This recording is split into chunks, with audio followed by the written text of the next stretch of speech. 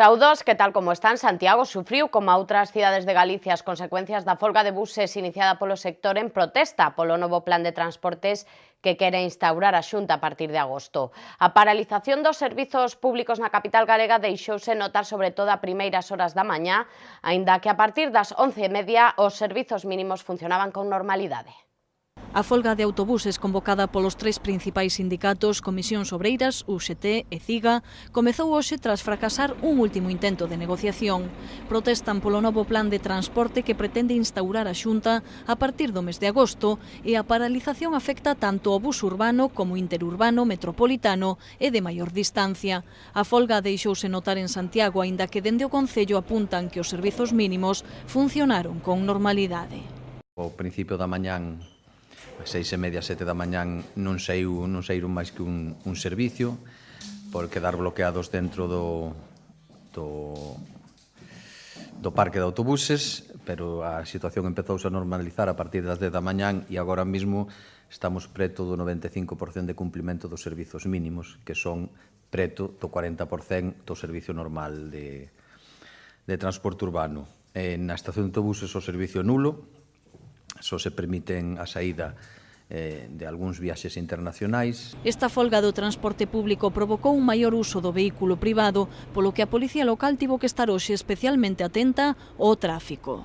Sí que estaban atentos desde primeira hora para intentar fluidificar no caso de ter problemas. Non hubo grandes problemas a gas na Ponte da Rocha, onde houve un accidente por alcance que bloqueou un carril, xusto no momento de máxima entrada. Entón, aí sí que houve un atasco bastante importante que tardaron máis ou menos media hora en que circulara todo con normalidade, e logo sí que se notou unha acumulación tamén na rotonda de Mestre Mateo pola entrada de vehículos tanto do Milladoiro como da zona da estrada de Noia, de Bertamiráns. Se non se chega a algún acordo, o calendario de paros está previsto para todos os martes e mércores de maneira indefinida.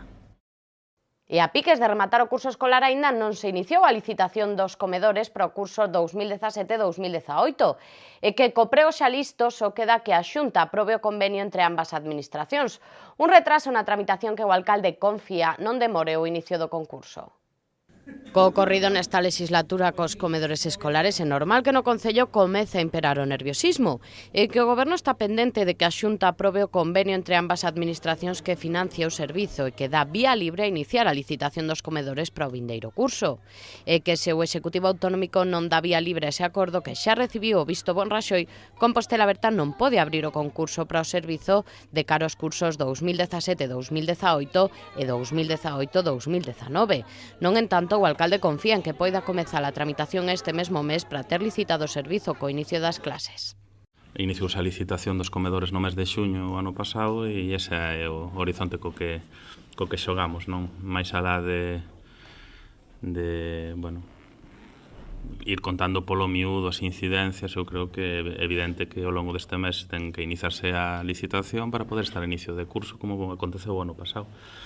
E para que non falemos dos comedores, que, por certo, levan funcionando todos estes anos correctamente, máis alá dos procesos administrativos. Dende a Consellería de Educación queren tranquilizar os ánimos en Raxoi asegurando que o convenio levarase canto antes o Consello da Xunta. O modelo de cara ao vindeiro curso non varía moito de anos anteriores pese ás peticións das asociacións de pais e nais. Volverá o servizo de catering con algunhas melloras aínda que non se coñecen polo miúdo nin sequera as ambas. Saiban, ademais, que o Concello vén de introducir cambios no estacionamento da Rúa Xeneral Pardiñas. Dende hoxe, as prazas da hora desaparecen para converterse en zonas de estacionamento libre para un máximo de 15 minutos. Coa renovación desta rúa xa desaparecerán moitas prazas de aparcamento e as poucas que quedaron libres estaban rexidas pola zona hora ou converteránse en zonas de carga e descarga. Dende hoxe o Concello introduciu novos cambios, segundo explicaron, a petición de veciños e comerciantes. Así desapareceu o estacionamento regulado e convértese a rúa en zona de estacionamento libre, iso sí para un máximo de 15 minutos. O obxectivo é favorecer a rotación de vehículos e dar servizo aos usuarios da zona. Este sistema aplicarase ata as 10 da noite e a partir dese horario o aparcamento será libre por tempo ilimitado ata o comezo do novo horario de carga e descarga, ás 7 da mañá. Todo isto no mesmo día no que os medios de comunicación mantiñamos un almorzo informativo co novo xerente do Auditorio de Galicia. No seu cargo dende o pasado xoves, Xaquín López asegura chegar para cambiar a estrategia cultural da cidade co obxectivo de mellorar a relación co público e o seu acceso aos produtos culturais. Xaquín López naceu en Santiago, no barrio do Castiñeiriño, e pasou boa parte da súa carreira profesional vencellado á xestión cultural, estando á fronte, por exemplo, do Teatro Jofre de Ferrol.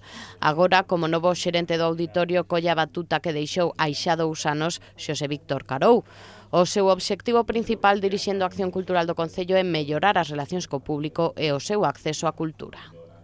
O que xira en torno a todo o proxecto é un cambio na estrategia de relación cos públicos, é unha adaptación cara a un modelo moito máis relacional, onde teñamos sempre presente as necesidades culturais da cidadanía de Compostela e poidamos garantir o acceso de todos os cidadáns ás actividades culturais que organizamos. Xaquín López non ve que exista un problema de acceso á cultura polos prezos que dixo en Santiago son axustados. Si entende o novo xerente que hai que adecuar a oferta ao novo modelo tecnolóxico. Sobre a falta de grandes nomes do panorama musical en Santiago, López cree que Compostela debe intentar atraer a grandes artistas dentro das súas posibilidades. Se valoramos que iso é unha necesidade para a cidadanía, pois teremos que intentalo. Despois tamén, en moitos casos, ollo con iso porque poder traer un ou outro artista de determinado volumen de caché, evidentemente ten as condicións económicas son as que son, e outra tamén o propio ordenamento xurídico, non? Unha idea que non compartía o alcalde, que entende que programar concertos caros pecha portas a boa parte do público. Por certo, que Martiño Noriega confirmou, ademais, que en breve sairán os pregos para xestionar a cafetería do Auditorio.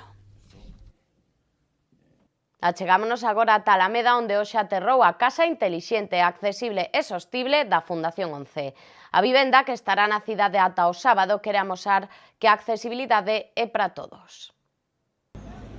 Hoxe chegou a nosa cidade, concretamente a Alameda, a Casa Intelixente, Accesible e Sostible da Fundación 11. A vivenda aloxada nun tráiler leva percorrendo distintas cidades de España dende o pasado 10 de febreiro e acabará o seu periplo o vindeiro 1 de xullo en Vigo. En Santiago estará aberto ao público ata o sábado e o obxectivo non é outro que amosarlle á sociedade que a accesibilidade é positiva para todos e que ademais non está reñida co bo gusto.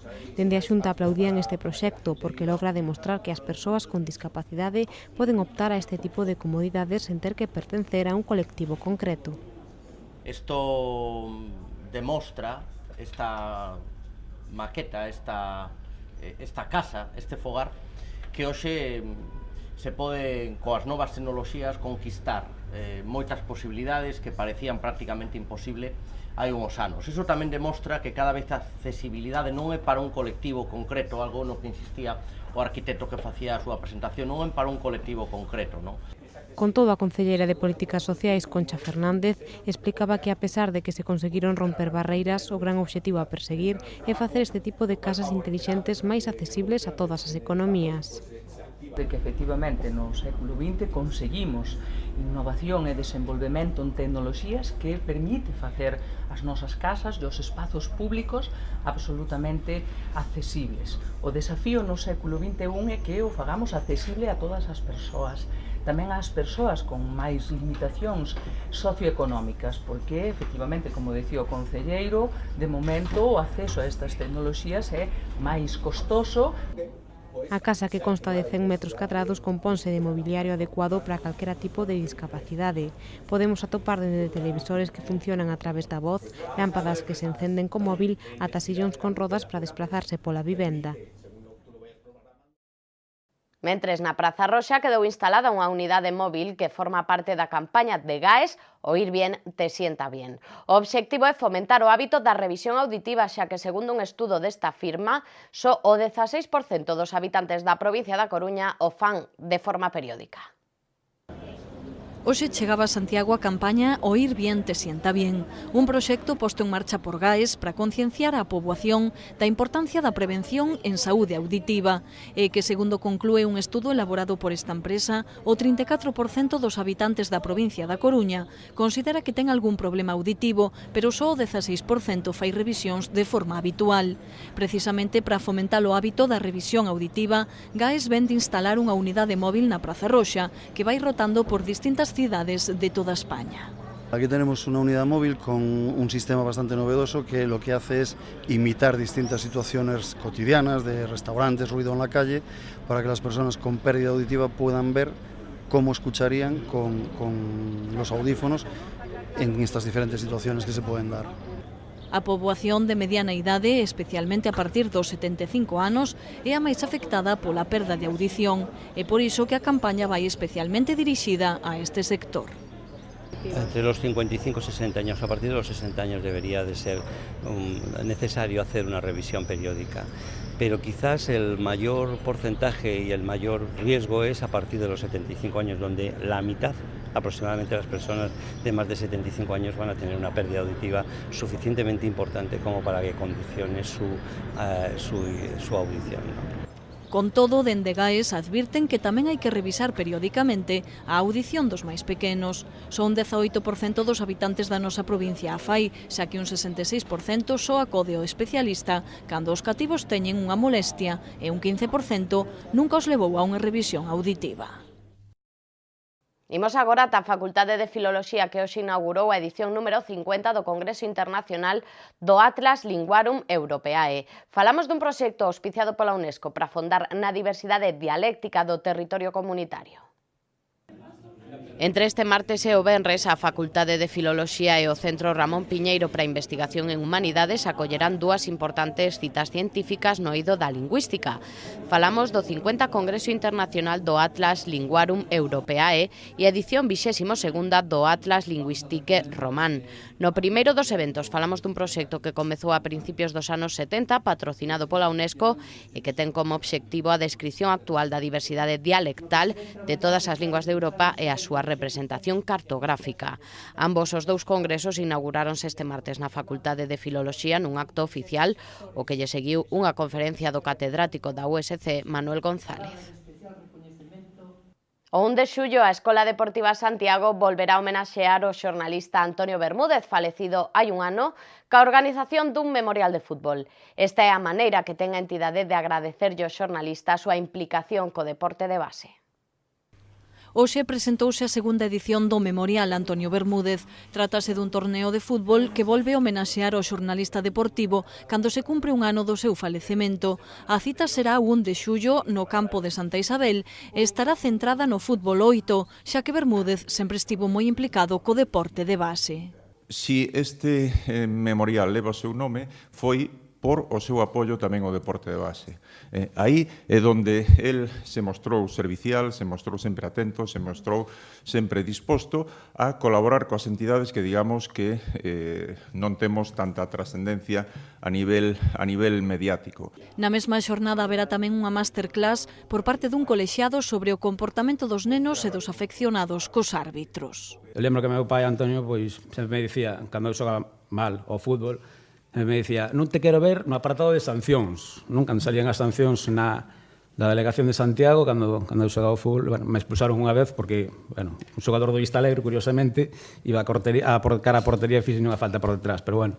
No torneo participarán o Villestro, o Fátima, o Celta, a Escola Deportiva Santiago e unha selección de rapaces do campus que esta última entidade celebrará a semana que ven. Mañá comezan a baixar pouco a pouco as temperaturas. Agora lles achegamos todos os detalles do tempo da man de Meteo Galicia.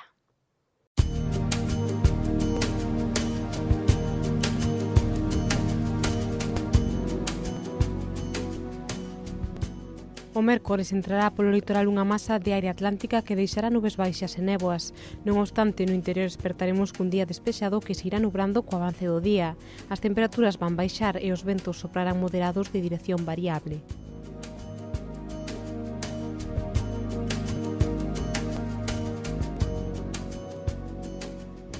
O xoves suavizaránse as temperaturas. Así no litoral os ceos permanecerán anubrados con máis nubes nas primeiras e derradeiras horas do día. No interior os ceos permanecerán despexados e medrarán nubes de tormenta á tarde. As temperaturas van descender e o vento será frouxo do norte.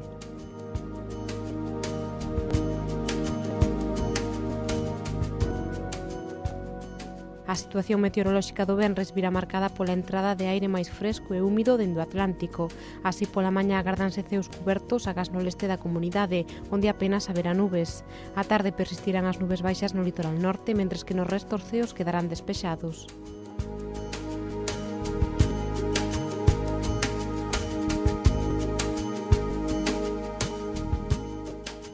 O mércores en Santiago teremos ceos despexados pola mañá e cara á tarde quedarán anubrados. As temperaturas vanse manter e os ventos serán febles do sudoeste.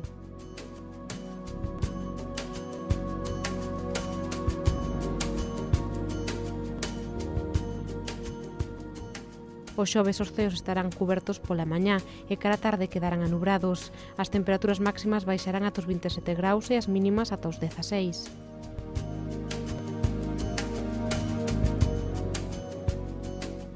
O venres agárdannos de novo ceos cubertos durante as primeiras horas e cara á tarde quedarán despexados.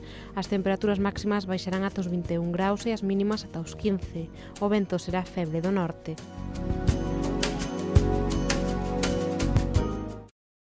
Imos rematando e facémolo con noso habitual repaso á Axenda Cultural de Santiago.